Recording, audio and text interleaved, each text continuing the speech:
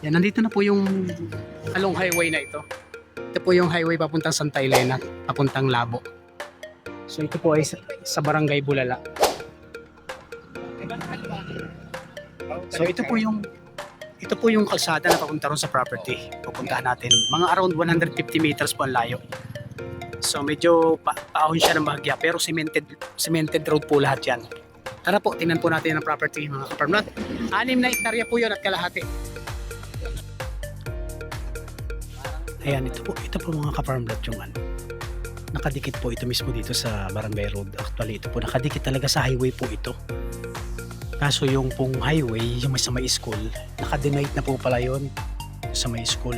1 hektarya. Bali 7 hectares po ito lahat-lahat. Pero ngayon po, malinis na po ito na ipabukod na po ito. So na ito po ang property. Marami din po mga niyugan. No?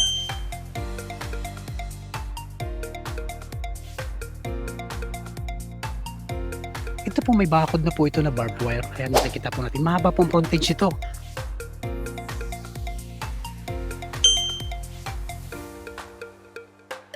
Pagbaba lang po natin dyan siguro mga around 100 meters. Yan, 100 meters po. Pagbaba po natin, nandun na po yung highway. So dito na po naputol yung area. Marami din naman po siyang mga nyug. Medyo masukal nga lang po sa ngayon. Medyo konti lang ho pababa. Ayan, hindi naman po siya malalim. Kapantayan lang naman po halos siya. Ayan. So medyo masukal na lang po ang ating salooban. Marami po itong nyug. Okay. Kagandahan po nito, tabing kalsada po ito. So ito cemented road po yan. Medyo pakahon lang po siya ng bahagya. Buhat sa highway. Yan, moderate lang naman po. Ito po ay may kasama ng bahay na binibenta. Wala namang problema pati sa kuryente kasi meron ng kuryente. Kita yung poste.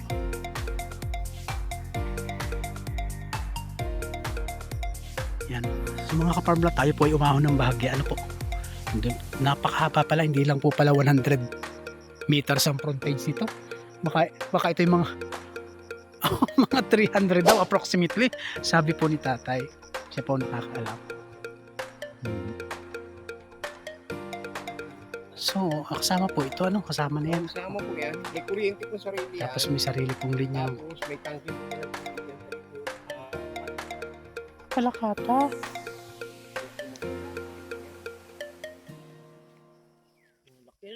Grabe.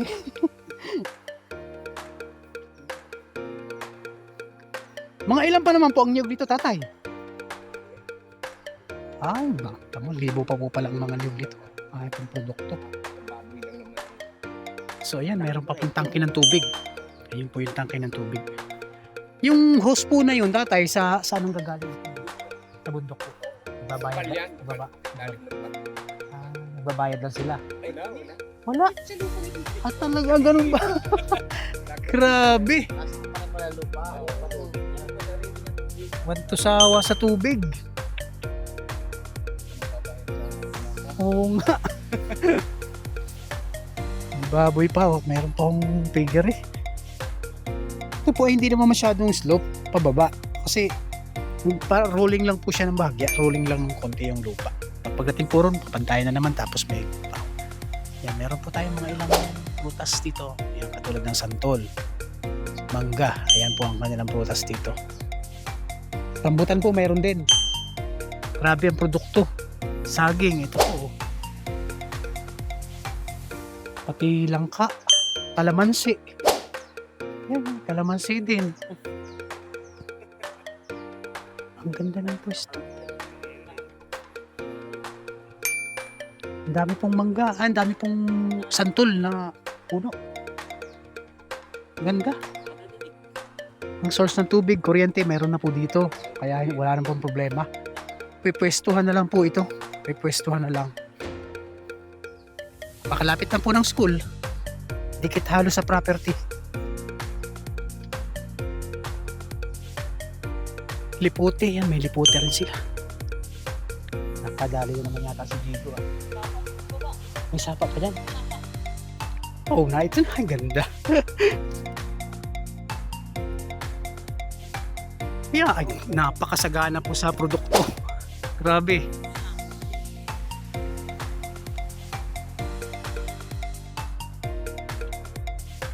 Ah, ito na yung sapa niya. Ito na po yung sapa niya. Kita nyo naman yung naririnig yung lagaslas.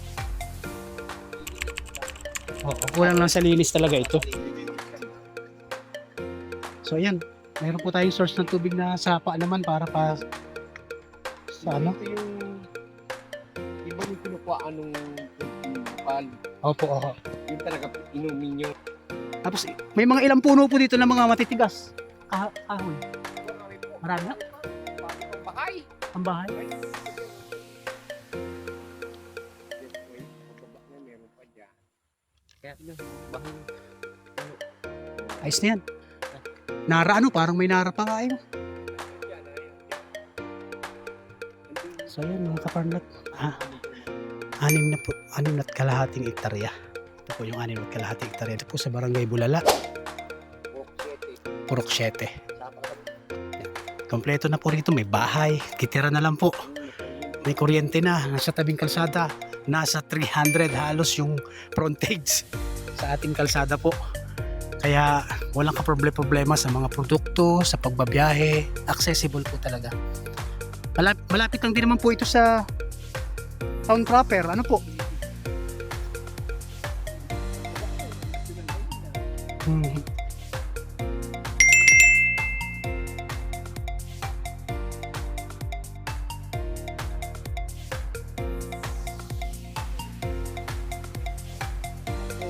Sampung kilometro. Mga 10 kilometro po pala mula sa bayan ng Santa Elena. Yun naman po ay napakaganda ng daan. Puro highway talaga yung cemented road. Yan, may mga daranghita pa. Nakita niyo po. Productive pa po yan, mga namumunga pa po yan. Nasa 300 po ang frontage ng kalsada. Along Barangay Road na. Mga wala pang 100 meters mula sa highway. Dikit lang po halos sa highway ito. Yan. Clean title po, clean title. So yan, maraming salamat po mga ka-farmlat. Ano kalamansi? Napakaraming bunga. Ito po ang left side na to. Wala na po tayo dyan, siguro mga 150 na yan. Para makita natin yung buong area, frontage dito sa kalsada. May ilang part na konti. Siguro baka mga 10 meters lang yan na rough road. Pero ito lahat po yan. Grabe po, napakahaba. Yung mga puno na yan, sako po yan.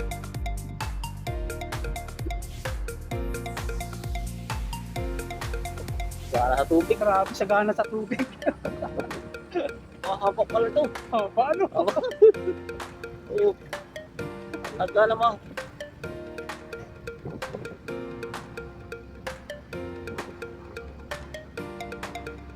Bakit talagang produkto nga ito?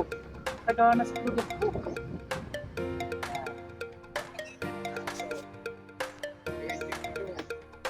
Yan na po ang pagitan yan. Yan.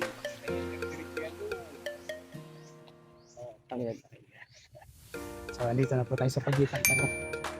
Haba po ng frontage, okay? 300 meters.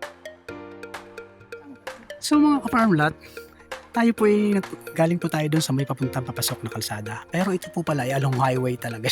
So hindi ito po. Ito po sako pa po ito.